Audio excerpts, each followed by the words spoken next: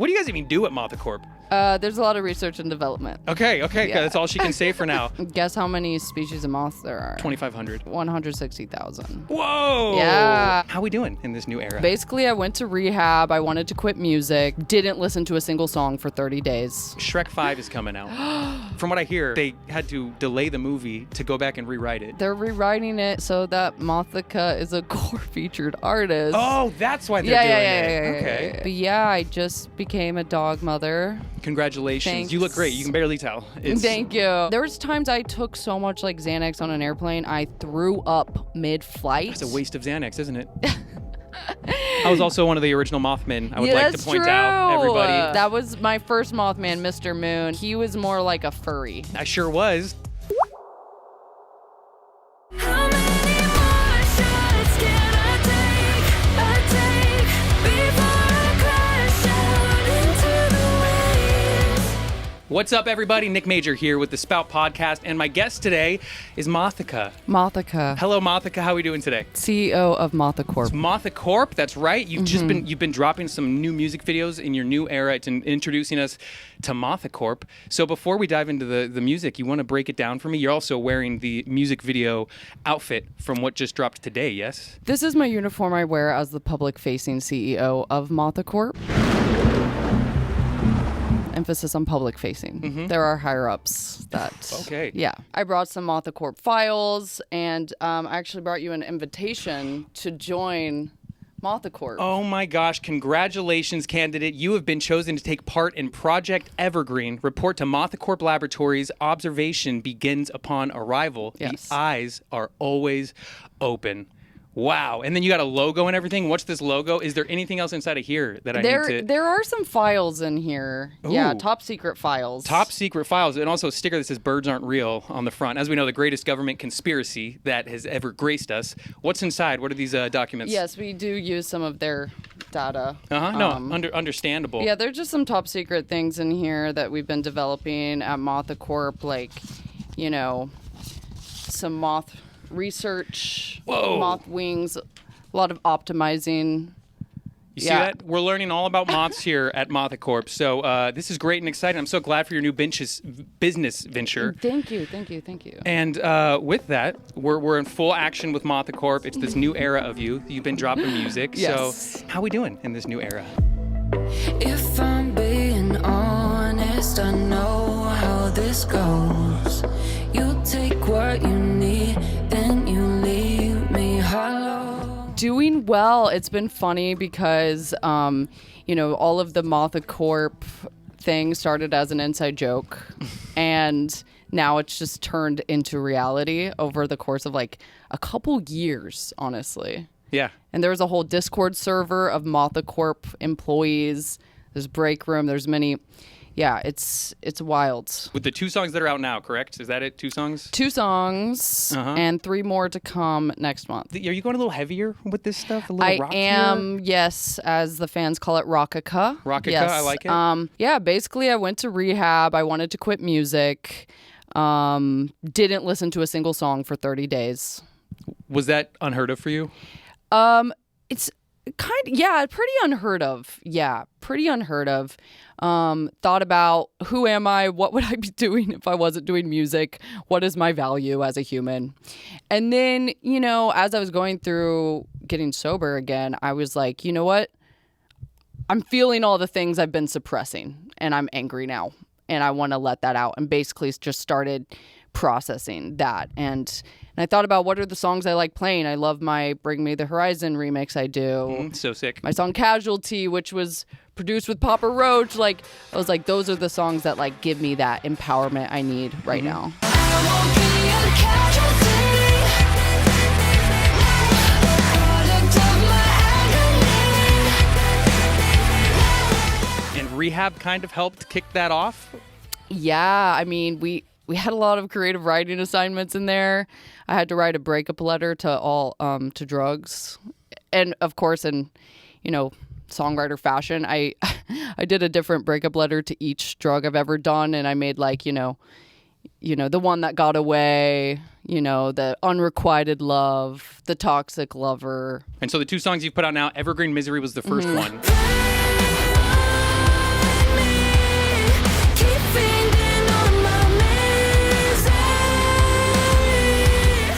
So why was that the first song that you decided to drop from the era? That one was just the first introduction I wanted. It was like the sprawling journey of a song. Like the verses are so slow, and then it gets like really heavy, and like people were saying sounds like Evanescence or something. And I just wanted that to be this introduction. I don't know. Well, fair enough. But speaking of, Evanescence, they were on the car on the way here. We saw Evanescence. Yes, we did. Pretty sick. Opening for Halsey. For Halsey, that was such a sick show, everybody. We saw Halsey with Evanescence. It was great. So that's rad. But 5 years ago-ish is when we first chatted. I know. It's been like crazy. half a decade. Happy almost 1 week friendiversary of us knowing each other. So we met last week. And that's crazy. We've somehow been friends ever since then. We need to watch that back. I know. I'm scared. We would look young. I think I had blue hair. I don't think I had any. Just before I got my sleeve. Yeah. I was like just drawing it out. And now you're cool. Now I'm cool finally. Hate that I crave your velvet touch, but I wear these chains like I'm yours for the taking. Save Your Roses, that's the newest track you have out. What led to this song? So actually I found the girl that commented said that it was them, but I was at a meet and greet, I think she was Dutch. Where do people that are Dutch live? Hold on, I'm gonna look so stupid. I was at a meet and greet in Europe, and a fan came up to me and said, I think that we should give people their flowers while they're still alive. And I want to say how much you mean to me. Shout out to the Netherlands. Very poetic. Mm-hmm. Yeah. Shout out to the Netherlands. And so I just like remembered that, and I was writing this song. It was kind of this like sexy song about romanticizing drugs, and then I did a twist on that, which was like, don't save your roses for my grave, aka give people their flowers while they're here. Don't save your roses for my grave. Seriously though, to support people's work, tell them how much they mean to you, and all that stuff. Because once we're dead, we're gone. Yeah, I do that all the time. If I see something I like, even though it's like super popular, it's like I reach out. I say, "Yo, keep up the good work." Now fans are going to be like saying the most abstract things to you. They're going to be like, "Hey, it's so good to meet you. If only the darkness, despair wouldn't cover my lonely heart." I hope that they're going to be looking at case. the next album. That would be amazing. The fan-written album. I do hope that people start speaking to me in riddles. You're going to be like, I have the most confusing fan base. They just speak riddles. Like, love is like a box of chocolates. Box of chocolate. You never know what you're going to get. I think we should put that in a song. Done. I've never heard that. I myself am helping create the next Mothica music. Yeah. That's great. Yeah. I've been actually putting out music as Mothica for 10 years now, which is really weird. Bizarre. So, looking back the past 10 years, how does that feel? I don't do that. You don't think about it. You're just moving forward. No, I do. I mean, like, I started out in electronic music, singing on random EDM songs. Like on SoundCloud stuff? Yeah. That was my start. And then started producing my own stuff. And then, like, it's funny, like, I grew up on heavy music, and I was going to, Warped Tour, but I was also going to local metal shows and, like, pizza parlors, I saw Papa Roach in a pizza parlor. Speaking of. I think I was there. Were you at that show? What was it? Like Shakey's? Shakey's, yeah. Out here in Hollywood? Yeah. But what kind of bands were you growing up listening to? I don't think I even know that. Oh, I loved My Children, My Bride. Oh, so they you're were like on my heavy MySpace. stuff. Yeah, I loved like Whitechapel, The Devil Wears Prada, Metalcore. And yeah, I would go to these shows. Like, I had braces, I'm just standing outside the pit, like, with my fist out. And if a fist hits you, I it's did done. get like knocked out at a show at Born of Osiris, I think. Yeah, and then that scared me away from that for a little while. Yeah, it scared me. And I was probably like 14, 15 going, no parent supervision. But yeah, I never thought to make heavy music as Mothica, just because to me it was like, you have to be in a band, you have to be a guitar god. And so it's just like funny now using inspiration from that music I was listening to and doing it the Mothica way. And I feel like sometimes, because that's like so baked into your DNA, like, like that's what you were listening to. So it kind of makes sense. Yeah. I mean, even when I was making like dark pop music or whatever, it's like I would make the most metal looking t-shirt ever. Yeah. And was Vices the first song of yours that really got traction? All these vices, I really don't know why I'm like this, and I just don't care what the price is, 'cause I need these vices, oh. Yeah. During 2020, during COVID, back at my parents' house, questioning my life. That's a big once again theme. Yeah. And Vices was written the first time I was getting sober, and I almost didn't put that song out because the lyrics felt so specific of if it's not drugs, it's drinks. If it's not drinks, it's things. If it's not things, it's people, places. I was like, this is really specific, and somehow that worked. And now I'm like, okay, I'll go there. I'll write the truest version. Vices, so you re-released it last year. I did. So you kind of freshened it up a little bit and put it back out. I don't need these vices. I really don't know why I'm like this, and I just don't care what the price is, 'cause I need these vices. Oh, if it's not drugs, it's straight. Well, it was the 5-year anniversary of Vices. I was, getting sober again. And I had played all of these shows since then. So we rewrote a new bridge for it, just kind of for the fans, and also to make it a little heavier. So, I could make it work with all the other new songs. Mm-hmm. Is that the one you play now? Do you play that live? I play Vices 2, the sequel now. Vices 2, the sequel. Yeah. That's great. And I know you got a tour coming up as well. So I people can catch the new stuff. You're going out with I See Stars? Yeah. Diamante? Yes. And it is 29 shows in I don't know, 35 days or something. There's no off days. Mm-hmm. We're doing it. And was your last tour, US one, that had to get canceled because you went to rehab? Mm-hmm. That was terrible. Yeah. Cause I was doing a Europe headline and then US headline. The European headline, I was trying to withdraw from Xanax at the time. So the night before my European headline tour, I was in an ambulance, withdrawing, thinking I was going to have a seizure, wanted to not go on the tour, but I did. Actually, the paramedic in the ambulance, it was kind of terrible to say, but it did help me go on tour, as he was like, you're just having a panic attack, right? It's all in your head. And I told him I'm going on tour. He's like, you should do that. You'd be dumb to not do that. And somehow that was the wake-up call I needed to be although I'm going through a crazy medical thing, I was like, I'm going to do it. I'm going to power through. And I did that tour. But during that tour, I wasn't able to fully get sober. I was just winging it. Mm-hmm. And I'd play these shows, but then backstage I'd be crying, and just felt I need a break to actually, get this out of my system. And so there's talks of okay, go to a 30-day treatment, and then 2 days later, go on a 5-week tour. And I was like, I don't think anyone can heal in that, or leave the rehab and then go to band practice and then come back. I'm like, no, I was, and even my team are saying it's going to cost you $100,000 to quit this tour, to cancel it. And I was like, at one point it was I might financially not be able to quit, take care of myself, And luckily, because it was a mental health crisis, the venues waived the fee or whatever. But that's good. I'm glad to hear that, because I didn't even know that. Yeah, as terrible as it was, and I feel so sad I missed that. I'm in such a better place. I was going to ask, now with the new tour coming up, where you've had kind of months of being able to focus on you, no drugs, you feeling better about hanging out on this one?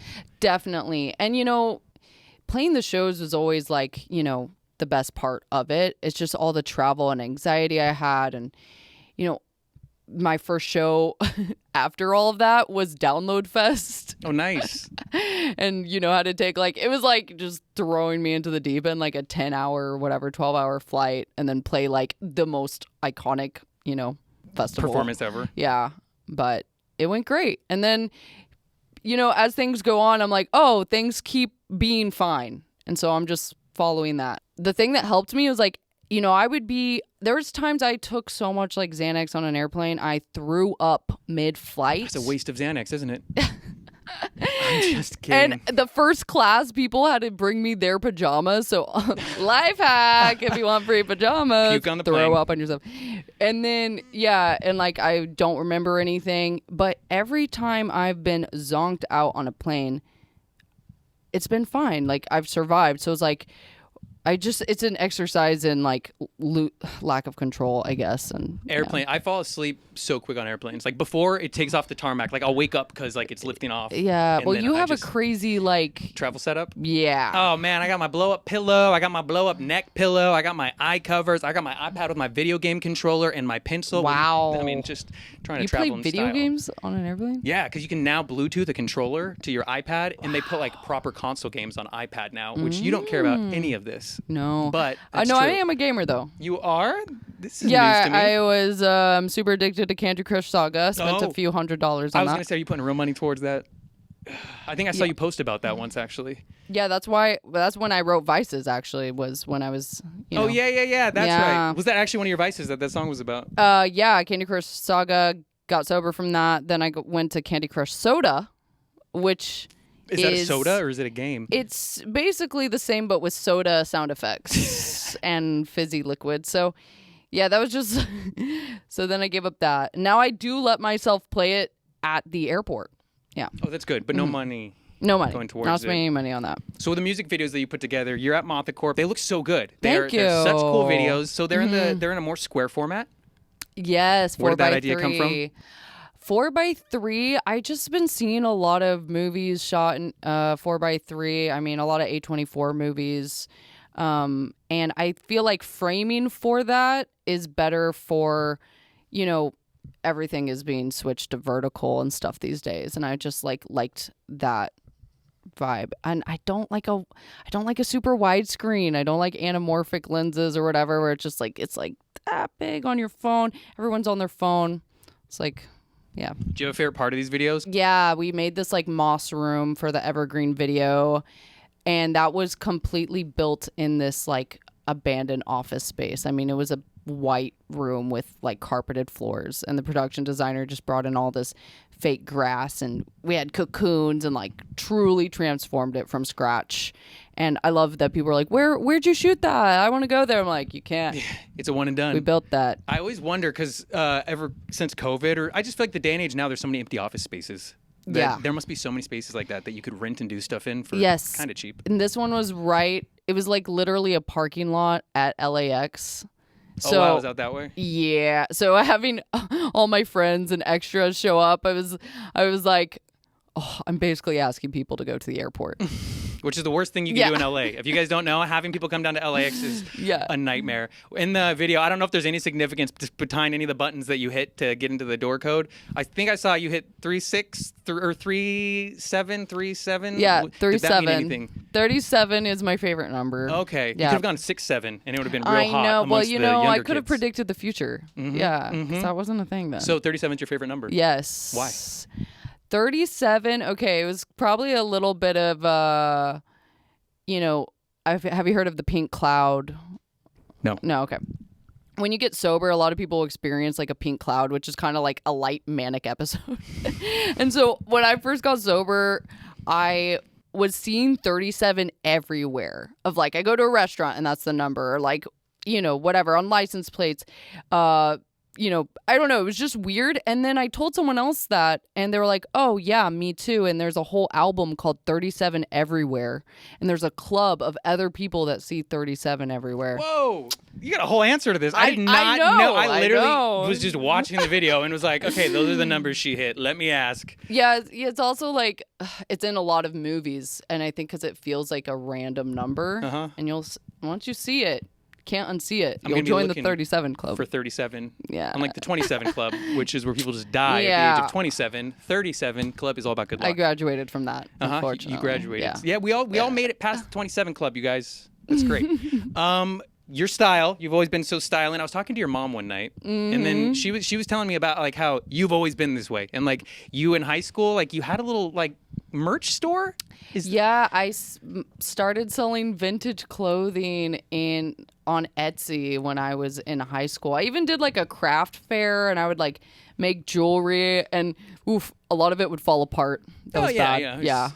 Like I would like take up old VHS covers and turn them into journals, which is probably kind of sacrilegious. Oh, that's sick though. Yeah. Kind of sad for the case, but yeah. And my mom, like, she loves vintage, and so when I moved to college, she took over, and so she's been selling vintage clothes now for 12 years. And she has the coolest stories that she always tells me because, like, proper movie productions come to her.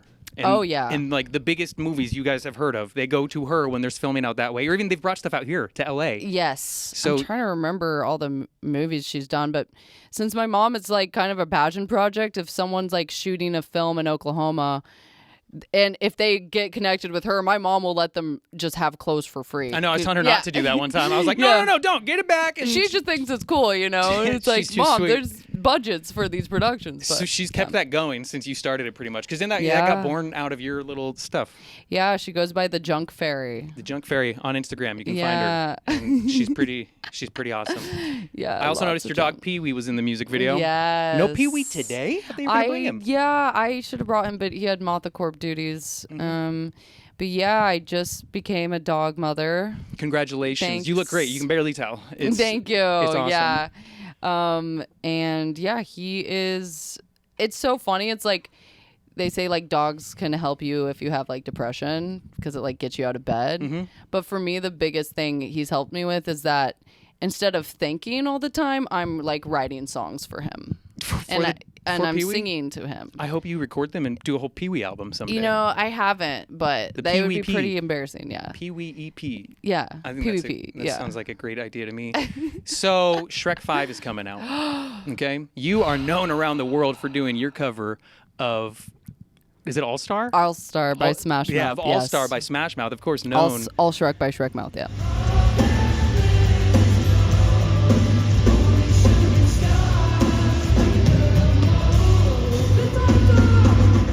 Shrek 5, DreamWorks, hit me up. I've heard, and I don't know if this is true, that it's about Shrek's emo daughter, teenage daughter, Okay.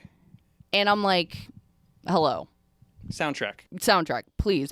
Yeah, I've played All Star by Smash Mouth in probably like 20 countries, including like Wembley Arena to 10,000 people. Some people probably don't even know who Smash Mouth is, but they know the song because of you.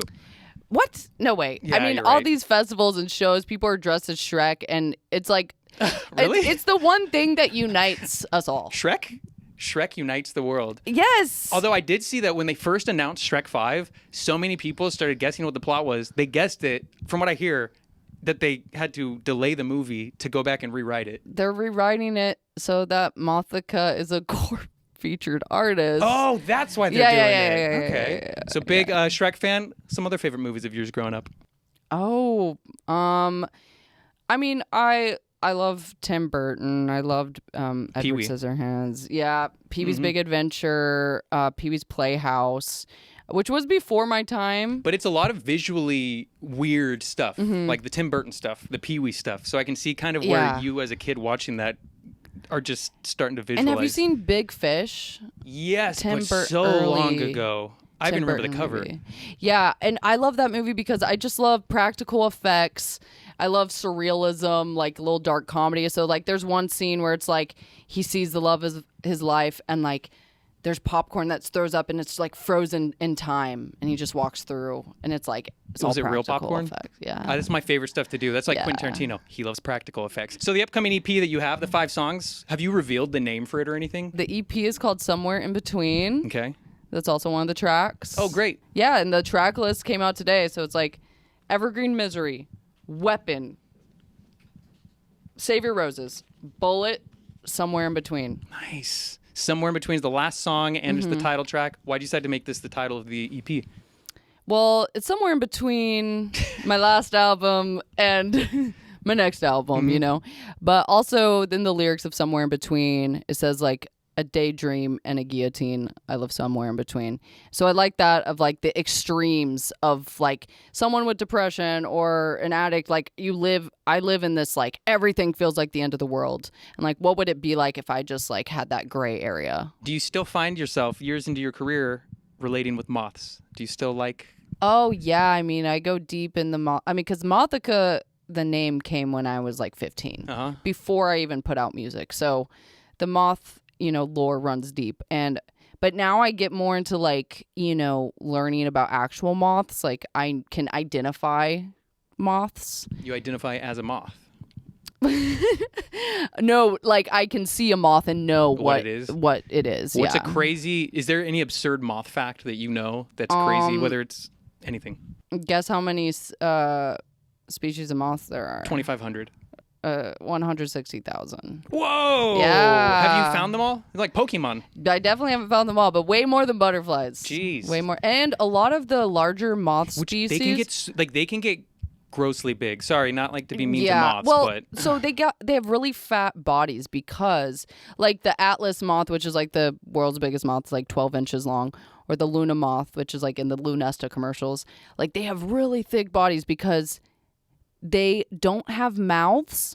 So everything they eat as a caterpillar is like their fat storage, and then they just survive on that and starve to death. do they have mouths as caterpillars? Yes. So they eat that They eat a lot, and yeah. then die. And then they turn into a moth and they just have the reserve, and then like that's all. Which like evolutionarily, I don't know how that went through. Moths are crazy. Yeah. When it comes to your music, do you see yourself always doing solo stuff as Mothica, or would you ever be like, I want to make a band, I want to try different projects? I want to do a side project so bad, and I have a name, but every time I tell people, they say it sounds like an adult film actress.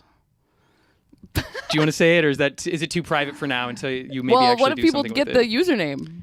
Yeah, actually, don't. Tell me after, because Okay, I'm so okay, about okay, that. I'm okay, like, no, get the handles, lock it down, and then do Yeah. it. Any serious plans with that, or is it just a fun idea? Because I've always wondered that.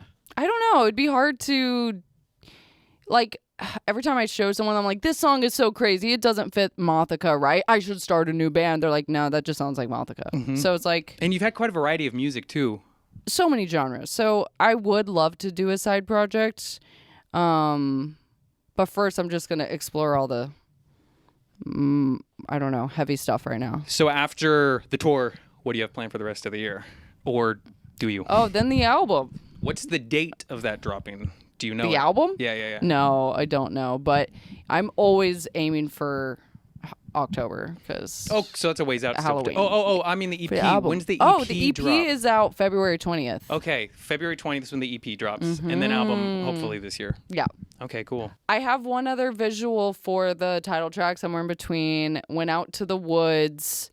What's funny is I ordered this Mothman mask for the Mothicorp videos. It did not get here in time. It came like 2 months after we shot it. So I had my friend put it on in a suit. We went out to the woods and we shot this like little visualizer. So my Mothman guy made it. I was also one of the original Mothmen. I would Yeah, like to that's point out, true. everybody. Was it on Nocturnal? Would that have been that era? That was my first Mothman, Mr. Moon. That he was more like a furry. I sure was. And Yeah. you can go see those videos, right? Yes. It's the moth with like narrating. I'm not doing the talking, but Yeah. I'm sitting behind a desk and moving all around. Yeah.